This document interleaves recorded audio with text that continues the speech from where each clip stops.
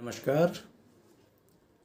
मैं एडवोकेट मुकेश कुलथिया गुड़गांव से एक बार फिर कारबंदी घोटाले के कुछ तथ्य आपके सामने रखने जा रहा हूं।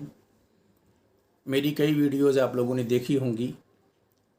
मैंने तथ्यों के साथ कहा है कि 10 वर्ष पुराने डीजल व्हीकल और 15 वर्ष पुराने पेट्रोल व्हीकल को बंद करने का जो ये departmental notice time to time निकालते रहते हैं, ये एक स्कैम के तहत है।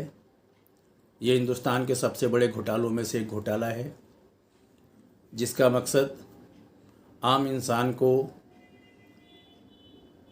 गाड़ियों रहित कर देना है, उनकी गाड़ियां छीन लेनी हैं, एग्जिस्टिंग जितने व्हीकल्स हैं या स्पेशली कार्स, जिससे कि नए व्हीकल मैन्युफैक्चरर्स को, इलेक्ट्रिक व्हीकल इंडस्ट्री को फ़ायदा पहुंच सके और उनके स्क्रैपिंग एजेंसीज़ को फ़ायदा पहुंच सके। पिछले 2-3 दिनों में हमने देखा कि न्यूज़पेपर्स में और सोशल मीडिया में एक न्यूज़ चल रही है कि एसपीजी स्पेशल प्रोटेक्शन ग्रुप, जो यूनियन ऑफ इंडिया के अंडर में काम करता है, प्राइम मिनिस्टर ऑफिस में उसकी कुछ गाड़ियां थी, स्पेशल गाड़ियां, काफ़ी कॉस्टली कार्स हैं, जो 2014 में रजिस्टर्ड हुई थी, जिनका रजिस्ट्रेशन सर्टिफिकेट 2029 तक है। वो डीजल कार्स हैं। एसपीजी को, जैसा कि एसपीजी ने कहा कि हमें अब अंदेशा है कि दिसंबर 2024 में इसके 10 साल पूरे हो जाएंगे, तो ये ऑटोमेटिकली डी रजिस्टर्ड कर दी जाएंगी। एसपीजी ट्रांसपोर्ट डिपार्टमेंट जाता है, ट्रांसपोर्ट डिपार्टमेंट उन्हें मना कर देते हैं लाइफ को 2024 के बाद 2029 तक चलने के लिए, जो रजिस्ट्रेशन सर्टिफिकेट में भी है। अब एसपीजी एनजीटी पहुंच जाती है।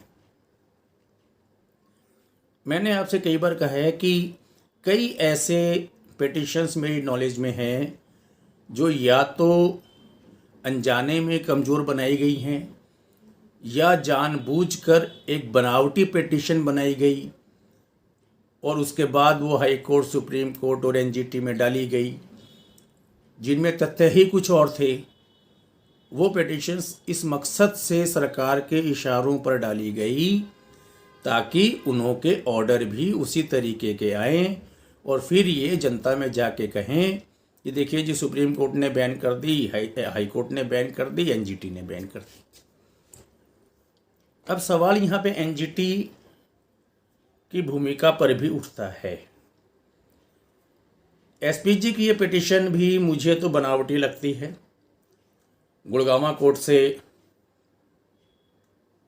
क्रिमिनल कंप्लेंट इनिशिएट होने के नोटिसेस वगैरह ट्रांसपोर्ट डिपार्टमेंट्स में पहुंच चुके हैं। उससे बचने के लिए भी इन्होंने ऐसा किया होगा, पिटिशन डाली होगी, तो कोई आश्चर्य की बात नहीं है। मैंने एसपीजी को मेल भी डाली थी और फ़ोन भी किए थे पिछले 2-3 दिनों में कि आपकी ये गाड़ियाँ 2029 तक चलने के लिए एलिजिबल है और उसके बाद 5-5 साल का रिन्यूअल भी अलाउड है। आप किसी कारण से अपने तथ्य रख नहीं पाए और प्रॉपर तरीके से फाइट नहीं कर पाए, आप चाहें तो मैं आपके लिए फ्री ऑफ कॉस्ट फाइट करने को तैयार हूँ, in the interest of the justice and common people. SPG ने कोई जवाब नहीं दिया। फ़ोन पे कहा कि अधिकारी हैं नहीं, बाहर गए हैं, बाद में बात कीजिएगा। ईमेल का कोई जवाब नहीं। तो मेरा ये जो अंदेशा है कि ये बनावटी पिटिशन है और ऐसे ऑर्डर्स पास करने के लिए ही फाइल की गई थी, वो मेरा अंदेशा इसमें पुख्ता होता है। अब रही बात एनजीटी की भूमिका की। एनजीटी की भूमिका संदेह के घेरे में 2 कारणों से है। एनजीटी अच्छी तरह जानता है कि उसका जुरिसडिक्शन कितना है, उसकी पावर कितनी है और किस फील्ड में है। जहां इन्वायरमेंटल लॉ या इन्वायरमेंटल पॉल्यूशन से संबंधित कोई substantial question of law raise होता है, एनजीटी का जुरिसडिक्शन वहीं तक है। एनजीटी मोटर व्हीकल एक्ट में इंटरफेयर नहीं कर सकता, बल्कि किसी और एक्ट में भी इंटरफेयर नहीं कर सकता। किसी भी स्टैट्यूटरी प्रोविजन के अगेंस्ट में एनजीटी कोई ऑर्डर ही नहीं कर सकता। ये एनजीटी को अच्छी तरह मालूम है। ऐसा नहीं है कि एनजीटी को नहीं मालूम।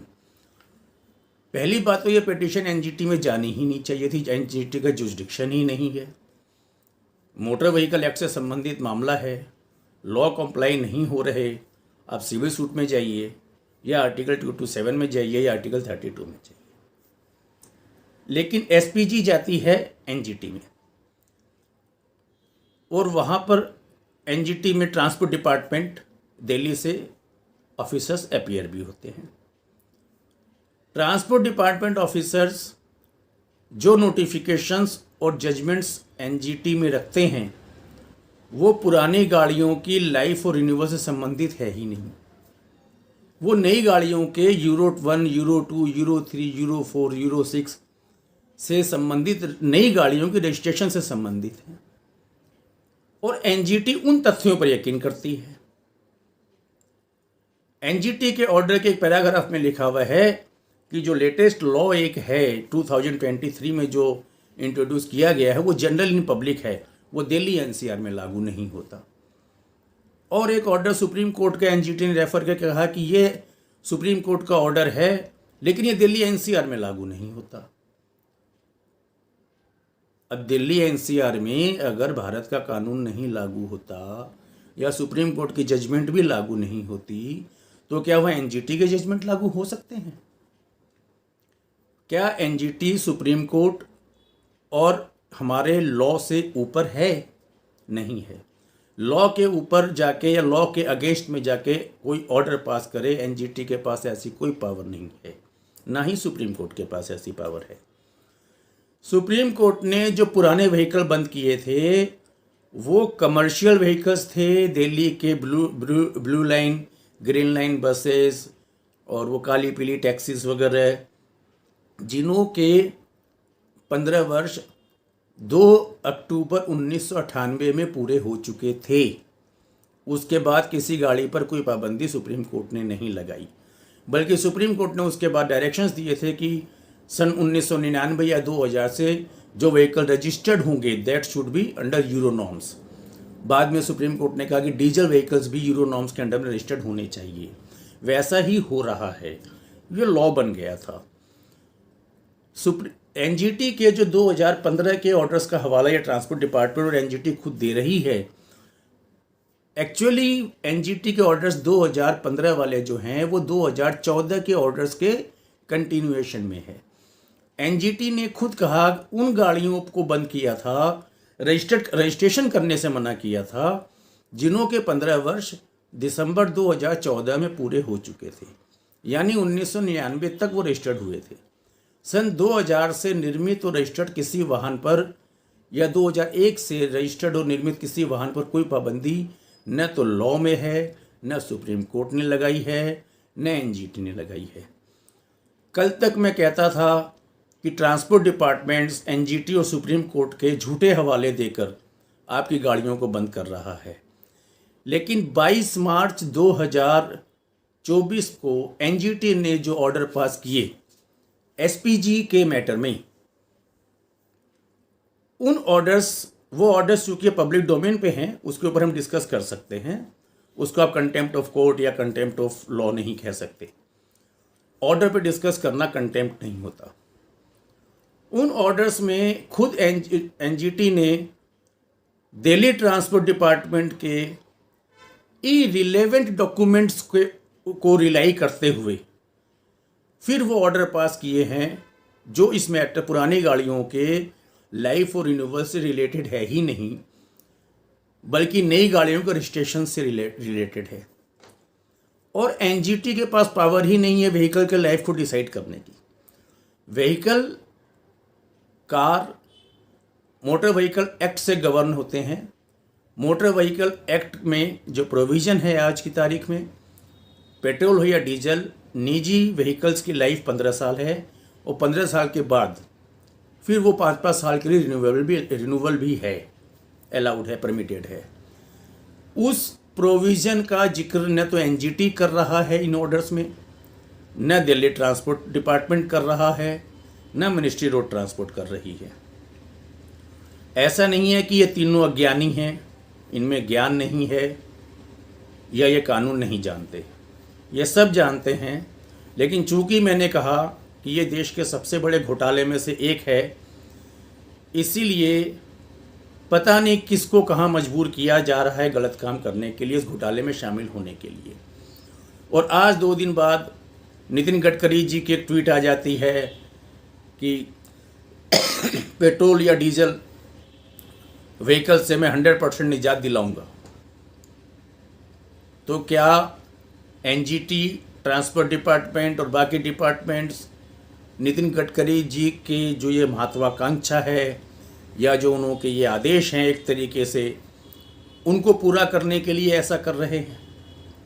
कानून का उल्लंघन करते हुए आम जनता की गाड़ियों को स्क्रैप कर रहे हैं, ज़बरदस्ती झूठ बोलकर। अब आप लोगों को आवाज़ उठानी पड़ेगी, पब्लिक में भी, मीडिया में भी, सड़कों पर भी और कोर्ट में भी। अपने अधिकारों के लिए लड़ना पड़ेगा, अन्यथा आपके वाहन खराब होंगे, ख़त्म होंगे। एक लोअर मिडिल क्लास का आदमी आज की तारीख में नई इलेक्ट्रिक कार लेने की सोच भी नहीं सकता। स्कूटर्स इलेक्ट्रिक व्हीकल्स में आ जाइए, कम से कम 1.5 लाख रुपए के हैं। कहाँ से बच्चों को कोई लोअर मिडिल क्लास आदमी अफोर्ड कर सकता है? इम्पॉसिबल है। आज की तारीख में इस्तेमाल हो रही अपनी 10, 12, 15 साल पुरानी कार को बेच के आप नया इलेक्ट्रिक व्हीकल कभी नहीं ले सकते। इस घोटाले के खिलाफ अब आवाज़ उठानी पड़ेगी। अगर सरकारी मीडिया नहीं उठाता है तो जो प्राइवेट यूट्यूब वाले हैं या मीडिया वाले हैं या चैनल वाले हैं, उन्हें ये घोटाले पे से पर्दा हटाना पड़ेगा और ज़्यादा से ज़्यादा लोगों तक ये वीडियो पहुंचानी पड़ेगी और ये बताना पड़ेगा कि 10 वर्ष पुराने डीजल और 15 वर्ष पुराने पेट्रोल व्हीकल पर आज की तारीख में जो 2000 के बाद रजिस्टर्ड हुए थे, उनके ऊपर एनजीटी, सुप्रीम कोर्ट या कानून कहीं पर कोई पाबंदी नहीं है। ट्रांसपोर्ट डिपार्टमेंट झूठे हवाले देकर बंद कर रहे हैं, पुलिस झूठे हवाले देकर आपके ऊपर चालान कर रही है, म्यूनसिपल कॉरपोरेशन ऑफ दिल्ली और स्क्रैपिंग एजेंसियों के साथ मिलकर झूठ बोलकर आपकी गाड़ियों को ज़बरदस्ती आपके घर से उठा रहे हैं और स्क्रैप कर रहे हैं। अब आपको लड़ाई लड़नी ही पड़ेगी। एनजीटी के जो ऑर्डर हैं 22 मार्च 2024 के, those orders are totally without jurisdiction. NGT has exceeded its own jurisdiction और एनजीटी ने अपने खुद के 2014 के आदेशों को दरकिनार करते हुए या उन्हों के खिलाफ जाते हुए ये 2024 में जो ऑर्डर पास किए हैं वो कानून के विरुद्ध पास किए हैं और जुरिसडिक्शन ही एनजीटी का नहीं है। सबसे पहले आपको ये समझना पड़ेगा, एनजीटी एक ट्रिब्यूनल है, उसकी अपनी लिमिटेशंस हैं और उसको उस लिमिटेशंस के अंडर में काम करना चाहिए। एनजीटी के जो चेयरपर्सन्स हैं वो हाई कोर्ट और सुप्रीम कोर्ट के रिटायर्ड जजेस होते हैं। ऐसा नहीं है कि उन्हें कानून का ज्ञान नहीं है, उन्हें सब कुछ मालूम है, सारे कानून का ज्ञान है। उसके बावजूद भी इस तरह के कानून के खिलाफ जाकर दिए गए ऑर्डर्स ये चैलेंजेबल तो है ही हैं, उसके अलावा ये कानून की नज़र में एग्जिस्ट ही नहीं करते। अगर कोई भी ट्रिब्यूनल अपने जुरिसडिक्शन से बाहर जाकर स्टैट्यूटरी प्रोविजंस के कॉन्ट्ररी कोई ऑर्डर पास करता है, those orders are of nullity in the eyes of law. ये बहुत बड़ा कारबंदी स्कैम है, लोगों तक पहुंचाइए और इस लड़ाई में शामिल होइए। अपने इलाके के कोर्ट्स में जाइए, वहाँ कोर्ट में अप्रोच कीजिए, मीडिया में, सड़कों पर, अपने परिचित में, सब जगह इस मैसेज को कन्वे कीजिए कि 10 और 15 साल पुराने गाड़ियों पर झूठ बोलकर पाबंदियाँ लगाई जा रही हैं, जिससे कि निजी जो प्राइवेट व्हीकल मैन्युफैक्चरर्स हैं उनको बेनिफिट हो, उनके डीलरशिप्स को बेनिफिट हो, इलेक्ट्रिक व्हीकल इंडस्ट्री को बेनिफिट हो। जो प्राइवेट इन्होंने स्क्रैपिंग एजेंसीज अभी डिप्यूट की हैं उन्हें बेनिफिट हो। इन प्राइवेट पार्टियों को फ़ायदा पहुंचाने के लिए आम जनता के साथ एक गैर कानूनी खिलवाड़ किया जा रहा है, जो कि हिंदुस्तान के सबसे बड़े स्कैम में से एक है। पूरे संसार में आज तक ऐसा स्कैम नहीं हुआ। पूरे संसार में किसी भी तरीके से कानून के खिलाफ जाकर किसी भी व्हीकल या किसी भी एक्टिविटी पर कोई पाबंदी नहीं लगी, हिंदुस्तान में भी नहीं है। अब खुद सरकार ही गलत काम करे तो जनता को सड़कों पर भी उतरना पड़ेगा, कोर्ट में भी जाना पड़ेगा, आवाज़ भी उठानी पड़ेगी। एटलीस्ट आप लोग आवाज़ तो उठा सकते हैं, सोशल मीडिया पर डिस्कस कर सकते हैं, इस सच्चाई को लोगों के बीच कम्युनिकेट कर सकते हैं और अपने वाहनों को बचाने के लिए कानूनी लड़ाई लड़ भी सकते हैं। धन्यवाद।